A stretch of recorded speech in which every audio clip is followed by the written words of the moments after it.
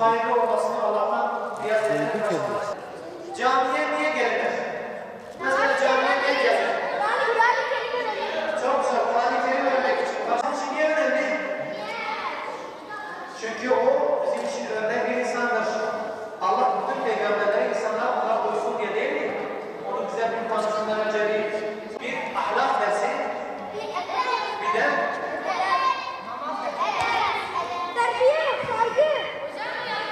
Kur'an-ı Kerim dersi, Peygamber Efendimiz'in ahlakını öğrenme, bir de ahlak terbiyeli. Ve ayetler orada. Sonra diyor ki hocam ayet hakkını kaybettim. Tabii ki ayet hakkını birisini verirsen ayet hakkını kaybettim. Hem evde, hem camide Allah güzeldir değil mi? Güzel yaşayanları, temiz, düzenli olanları yaşayanı sever değil mi? Biz düzenli olursak hocalardan çocukların bir kısmını alt katta buradan 2 sınıfa alacak. 2 tane kız öğrenci sınıfı var aşağıda. Hoca ne yapsın ki? Hızlı kim almış? Yüzlerce elifba var. Onun için bakın tekrar söylüyorum. Elif tatlı olacak. Bir de elbise olarak mesela der ki camiye gelirse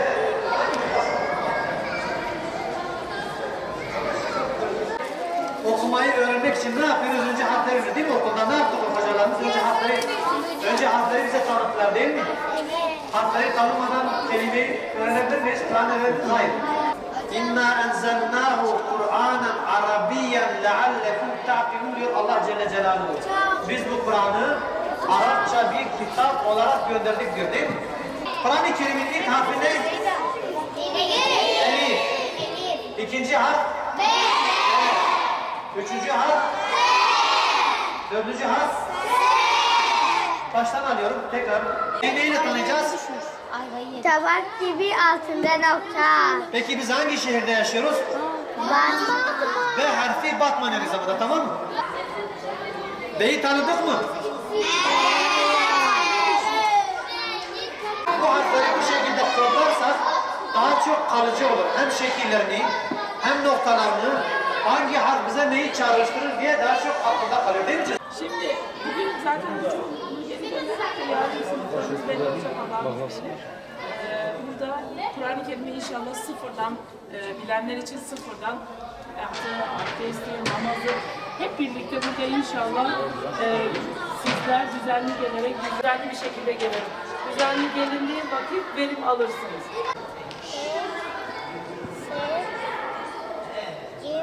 Evet, güzel. Ha. Elif. Evet. B. H. S. Cim. Ha. Çok güzel. 2022 yılı 27 Haziran gün itibariyle bugün Batman Terece Camisi'nde ve Türkiye'nin 81 ilinde, ilçe ve köylerinde elhamdülillah bugün itibariyle yaz Kur'an kurslarımız başlamıştır. Pandemi nedeniyle uzaktan olarak vermiş olduğumuz eğitimler elhamdülillah artık şu anda yüz yüze güzel bir şekilde zamanımızı verimli kullanarak en güzel şekilde çocuklarımıza faydalı olmaya gayret edeceğiz. Siz de zaten az önce gördüğünüz gibi bu sene gerçekten güzel bir teveccüh var. Ana babaların, çocukların camiye, derse olan heveslerini görüyoruz. Bu bizi gerçekten çok sevindiriyor. Derslerimiz saat 9 ile 12 arasında her gün hafta içi. Hafta sonunda çocuklarımız dinlenmek üzere onları derse alamayacağız. Yani onlar hafta sonu ailelerin yanında tatillerini yaşayacaklar. Derslerimiz 3 kategoride yani birinci ders Kur'an-ı ilk 2 ders Kur'an-ı Kerim, üçüncü derste bazı günlerde ibadet, ahlak, siyer-i nebi dediğiniz Peygamber Efendimizin hayatını çocuklarımıza inşallah yavaş yavaş anlatmaya başlayacağız. Kitabımız olan Kur'an-ı Kerim'in ilk ayetine şöyle baktığımızda Allah'ın ilk emri bütün insanlığa Alak suresinin ilk ayeti olan İkra ile başlar. Bu ne demek? Yani Allah bütün insanların önce cehaletten kurtulması için okumamızı emreder. Tabi bizim ciğerparelerimiz olan, çocuklarımız olan, yarınlarımızı umutlu olan çocuklarımızın eğitmek, okuldaki 8 aylık bir yoğun eğitimden sonra boş zamanlarını yaz tatillerinde gel bu yaz Kur'an'ı gönlünü yaz kampanyasıyla çocuklarımızı camide topluyoruz. Onları burada bekliyoruz. Az önce tekrar söylediğim gibi burada güzel bir katılım var. Buradaki hedeflediğimiz çocuklarımızın Kur'an-ı Kerim'i öğrenmeleri, Peygamber Efendimiz sallallahu aleyhi ve sellem ahlakını, siyerini öğrenmeleri, yarın umutlar onu çocuklarımızı dini eğitim, ahlaki eğitim, terbiye eğitimini de aldırarak bu çocuklarımıza annelerine, babalarına, topluma faydalı bir çocuk, faydalı bir insan yetiştirme amacındayız. Böyle bir umudumuz, böyle bir beklentimiz var. Yani Kur'an-ı Kerim sadece yetmez. Burada çocukların güzel bir şekilde ahlaklı, terbiyeli bir şekilde yetişmeleri de bizim için esastır, önemlidir. Daha önce zaten hem internet üzerinden hem gazetelerden son 3 hafta sürekli vaaz ve hutbelerinde yaz Kur'an kursu eğitimini gelen anne babalar, özellikle camiye gelen ana babalar bunları paylaşıyoruz. Bunların ne kadar önemli olduğunu izah etmeye çalışıyoruz. Ama maalesef camiye gelmeyen bazı kardeşlerimize iletişime geçmekte zorlanıyoruz.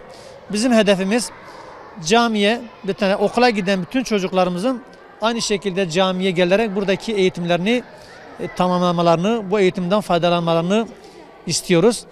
Ama imkanlarımızı kullanarak caminin imkanlarını işte iletişime geçtiğimiz velilerle, komşularımızla bu şekilde inşallah onları, çocukları camiye getirmeye, burada ders yapmaya gayret ediyoruz.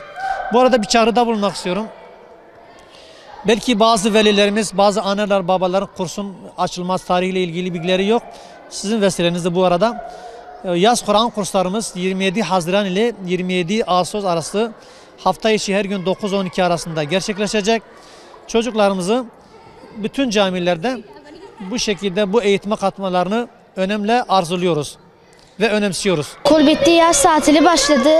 Camiye geldim. Orada Kur'an okumak istedi. Unutmuştum. Kur'an'ımı okuyacağım ya ve yavaş yavaş hatim etmeye başlayacağım. Hatimimi edince de medreseye gitmeyi planlıyorum. Camide işte Peygamberimizin hayatını öğreniyoruz. İşte hadisler, Kur'an, Elif, Ba, onları öğreniyoruz. Güzel ahlak öğreniyoruz. Okul bitti, yaz tatiline girdik. Yaz tatilinde ben camiye geldim. Camiyi seviyorum. Kur'an-ı Kerim'i, öğretmenlerimi, derslerimi seviyorum. Yani camide olmaktan mutluyum. Kur'an'ı okudum, şu an devam ediyorum. Okul bitti. Buraya geldim. Kur'an kursu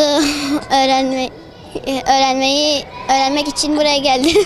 Hocalar bize Kur'an öğretiyor. Çok mutluyuz. Güzel bir yer. Allah'ın evi olmak, abdest almak, namaz vermek burada çok güzel bir yer. Mutluyuz.